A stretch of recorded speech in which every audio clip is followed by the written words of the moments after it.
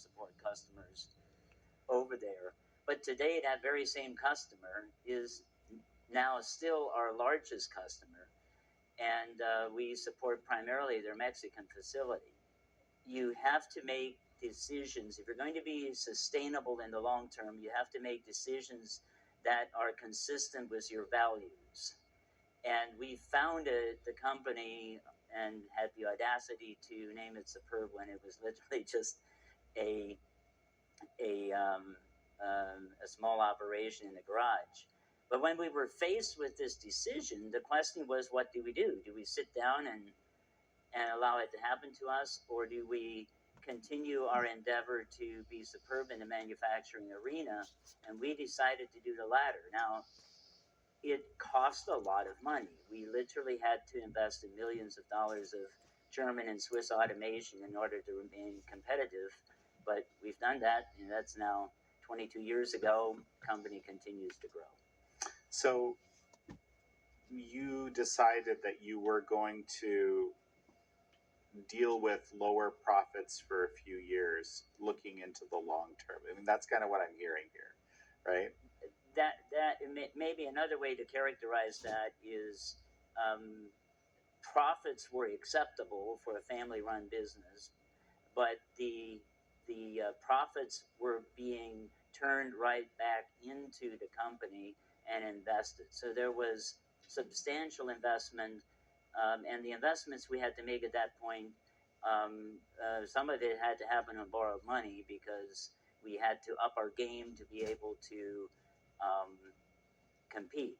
And I always like the story. There's a story behind everything. So I'll maybe characterize this in a way that the viewers can understand. So our mission is to make the world a better place. I think that motivates and it gives meaning to employees rather than just making widgets and putting them in boxes.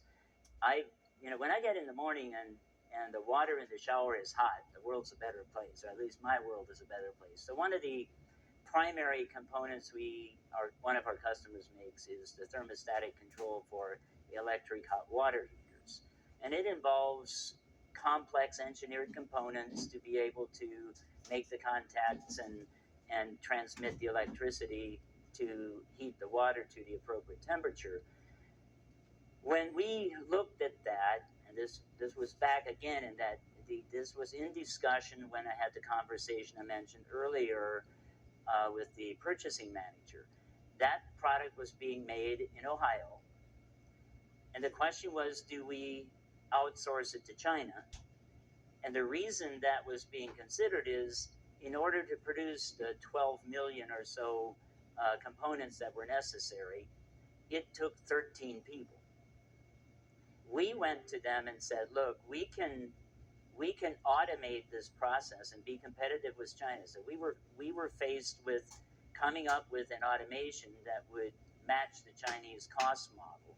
And we did that by automating to the point where we now have one person doing what 13 people do.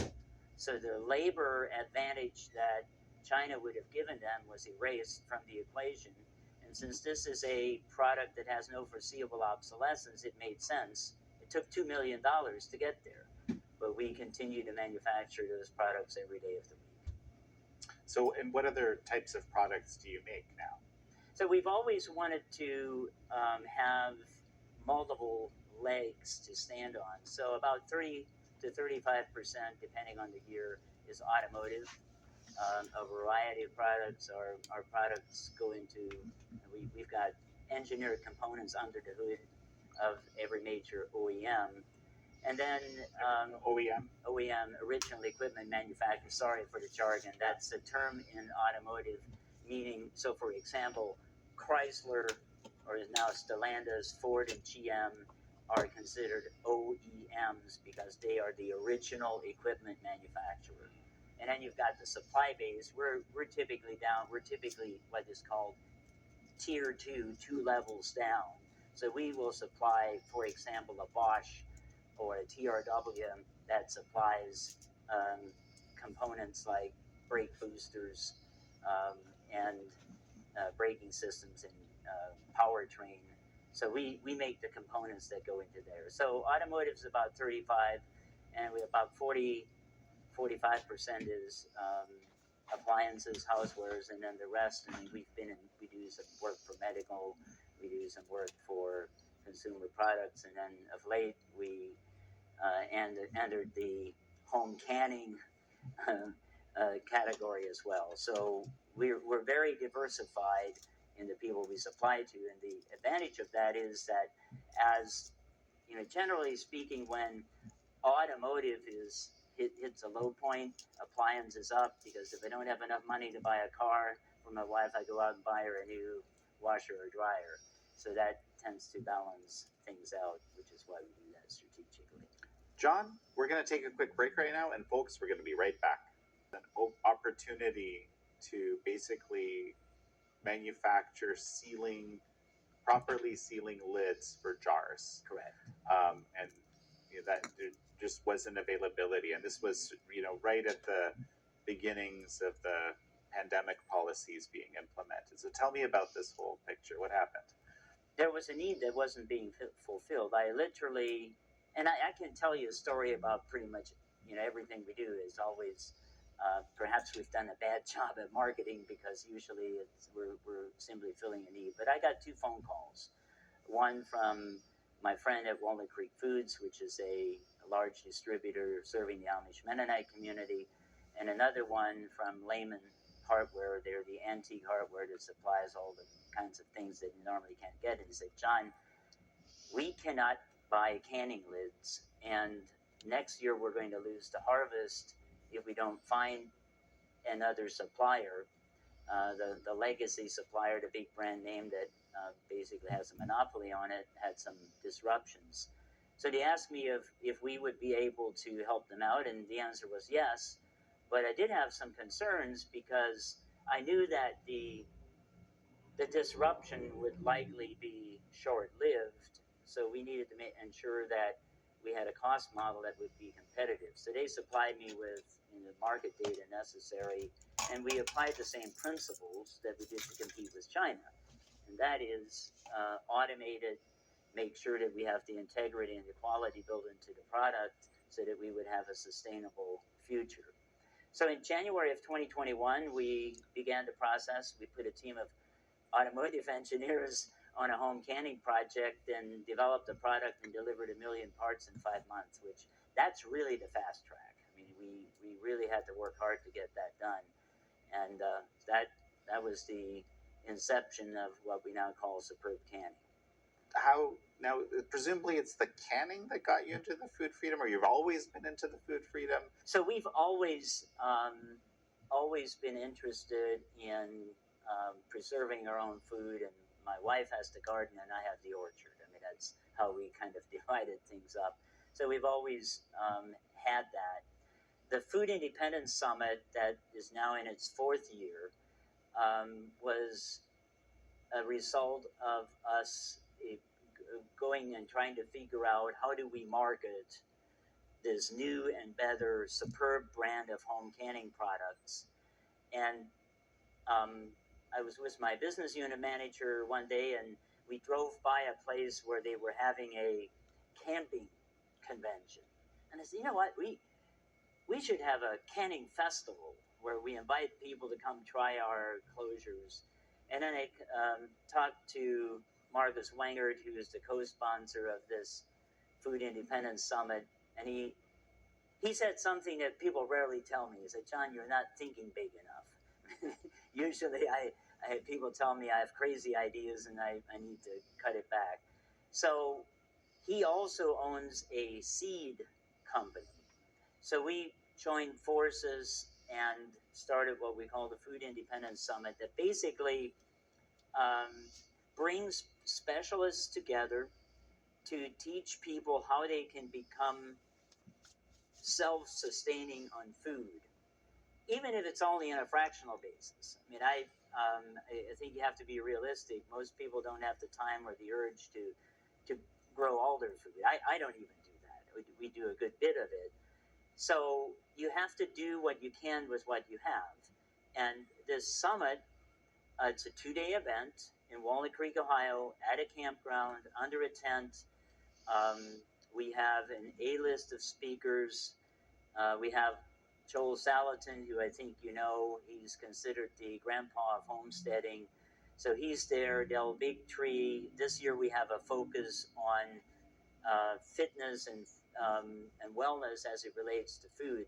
So in the morning from 8:30 until noon, we have specialists that speak from the stage on a whole variety of items. And then in the afternoon, we've got 40 concurrent workshops and panels going on everything from how to butcher chickens to how to um, do beekeeping to how to can. And I mean, if you go to our website at foodindependence.live, we've got everything listed. On a more personal level, this year we're also featuring a doctor from Germany. I had an episode with chronic Lyme and ended up having to go to Germany for treatment. So we're flying him in, and so any of your viewers that are suffering from Lyme, this specialist, he cured me. It's not remission. He eradicated the bacteria from my system. So we expect 3 to 4 thousand people, um, and it's grown every year. So yes, you're invited. If you come there, I will personally give you a tour of Ohio Amish country and show you how we do homesteading as a way of life. This sounds fantastic. Let's talk about the Lyme for a moment. I mean, Lyme is a disease that people suffer through their whole lives. Tried all sorts of methods to get rid of it. I know a number of people who suffer from it as we speak. And you're telling me that you're cured from Lyme. Correct. That's counter to the accepted narrative. Yeah, I was bitten by a tick, although I don't know exactly when. And in our community in Northeast Ohio, it's almost reached an epidemic. And I started having symptoms, and I thought maybe I had burned out my adrenals. I mean, I live a very active life, but then I started passing out. Just there were a number of symptoms, brain fog. I mean, I wouldn't have been able to do this interview a little over a year ago with you. I just didn't have the mental acuity to do it. So I went through all the standard tests. I mean, we have the world-renowned Cleveland Clinic in our area, and initially when I passed out, we have some history of heart disease in my family. We obviously thought it might be cardio and everything. They literally, Jan, could not find anything wrong with me except I tested positive for the Lyme. And then I was told that you can only medicate it into remission because the Lyme spirochetes notoriously bury themselves into the cellular walls, and antibiotics can't get to them.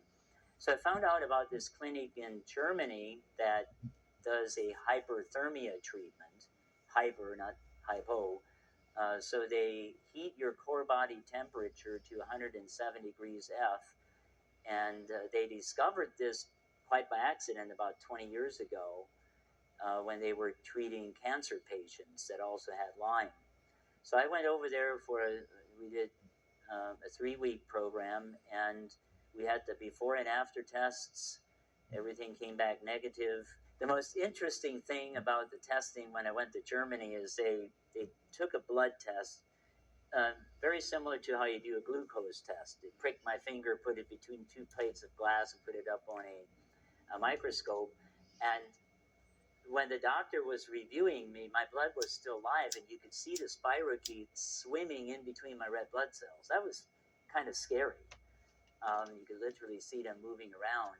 And then after two of these treatments, we did that test again, and there was no evidence. And then 2 months later, I had the testing done in the U.S. All my symptoms are gone. I've had a few other people go over there, and I'm highly motivated. I'm not a doctor, but I'm very highly motivated to bring that treatment to the United States. I know that's a tall order, and involves a lot of regulatory things, but um, I'm trying to get it done. Hmm. Yeah, I mean, how many Dr. people Kennedy. has this clinic seen? Are you aware of those Yes, numbers? Yeah, yes. yeah. These numbers are approximate but materially accurate. They have treated over 20,000 people over the last 20, 25 years. And in the studies they've done, they showed an 85% recovery rate. One of the problems is um, you're, if you contract Lyme, it attacks your immune system, and then you start contracting other co-infections. So sometimes if there's someone that has a whole bunch of other co-infections, um, they may not fully recover, not because the Lyme is still there, but because there's damage from some of the co-infections. So um, over 20,000, so that's a big number. Dr. Dawes has lectured at Harvard Medical School, gotten awards from Harvard Medical on the process, but it just hasn't found acceptance here. Let me see if I heard you right. 85% recovery rate? Yes, Does that mean like Big Pharma. 85% have no more Lyme? that was a study that they did on 800 patients. And I asked a question about the 20,000. They said, well, they had people from Australia, Denmark, 11 from the United States. Were all coming to this clinic just south of Munich. They know that they've treated over 20,000. They know that in the study they did, it was an 85% rate, but they're not following all the patients. Sure. So Well, that's a pretty decent sample size. it's 800's Yeah. respectable sample size. That's astonishing. Yes. Conventional wisdom says this disease is with you forever. That's what I was told, and I I feel very fortunate to have found this, and part of that is, I mean, I was not going to accept the fact that you can't cure it, and I was also, because of my German background, I was comfortable with going there and getting treatment. Right. So.